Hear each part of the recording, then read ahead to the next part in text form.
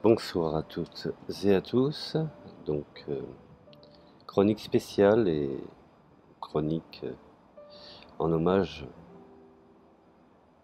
à Domenico Losurdo, qui fut un très grand chercheur, professeur d'université, philosophe, et dont je dois énormément à ses travaux. Et donc voilà, bien, je dirais, triste nouvelle pour le chercheur que je suis, chercheur de base bien sûr, sans prétention, et qui se fera une obligation de lire les derniers livres du tant regretté Dominique Losurdo. Alors ce philosophe et historien nous a beaucoup éclairé de sa science, par son travail, je dirais, assidu, exemplaire, qu'il soit ici remercié à la postérité, et dans la simplicité la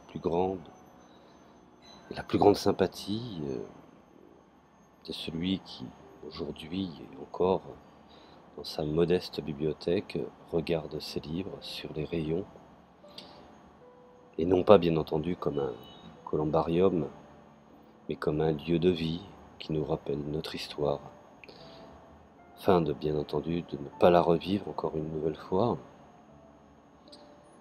Alors, Domenico Losurdo, par la publication de ses nombreux livres, ses ouvrages, ses travaux universitaires et académiques, à mon sens, je dirais un monument durable et qui restera à la postérité.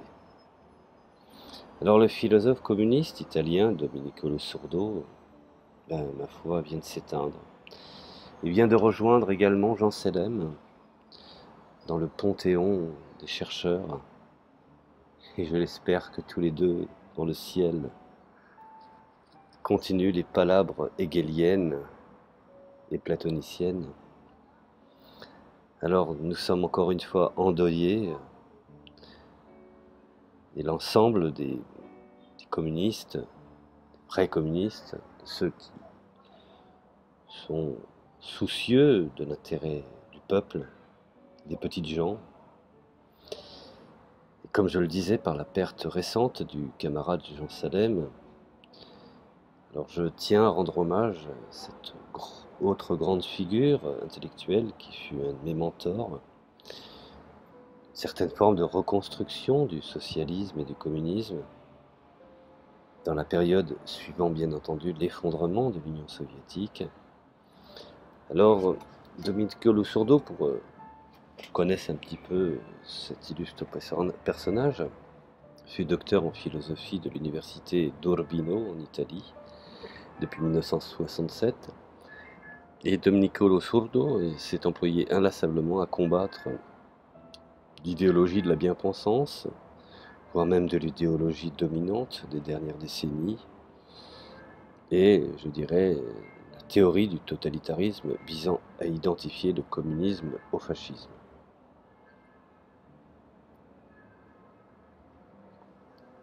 Son œuvre, quand je dis qu'elle restera à la postérité, pardon, au même titre, je pense que Lucien Sèvres, qui devrait normalement pas tarder à les rejoindre vu son grand âge.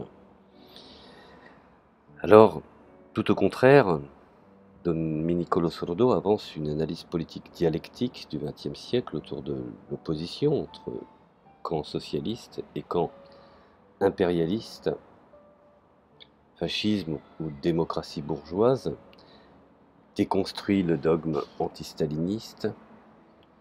Je vous renvoie à son ouvrage incontournable, s'intitule Staline, histoire et critique d'une légende noire, aux éditions Aden, édité en 2008 me semble-t-il.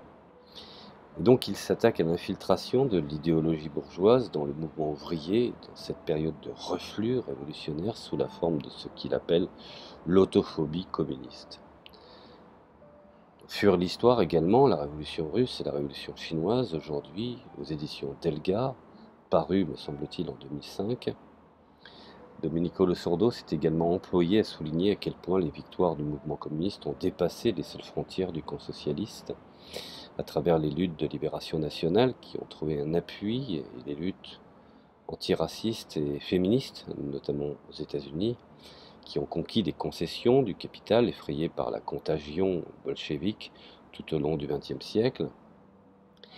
Et Domenico Losurdo était je dirais, un acteur, un observateur de notre siècle. Et c'est avec regret, encore une fois, que nous souhaitons les condoléances à sa famille également, et sa famille de cœur, sa famille de pensée. Bref, dans l'espoir que tu rejoindras Jean Salem et que finalement, au fond, on continuerait le débat dans le ciel. Alors voilà, je suis un peu ému, donc ben, je suis très profondément reconnaissant pour ce qu'il a fait pour moi. Une chose que je n'oublierai jamais, puisqu'il est quand même une référence.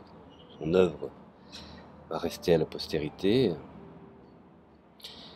Et son aide a été, je dirais, à des moments particuliers de ma vie, un véritable cadeau. Et j'en serai éternellement reconnaissant. Voilà, je te remercie, Domenico, camarade Domenico, pour ce que tu as laissé pour nous, surtout pour les chercheurs dont je fais partie. Voilà, je suis assez ému, donc adieu camarade, et ce n'est qu'un au revoir.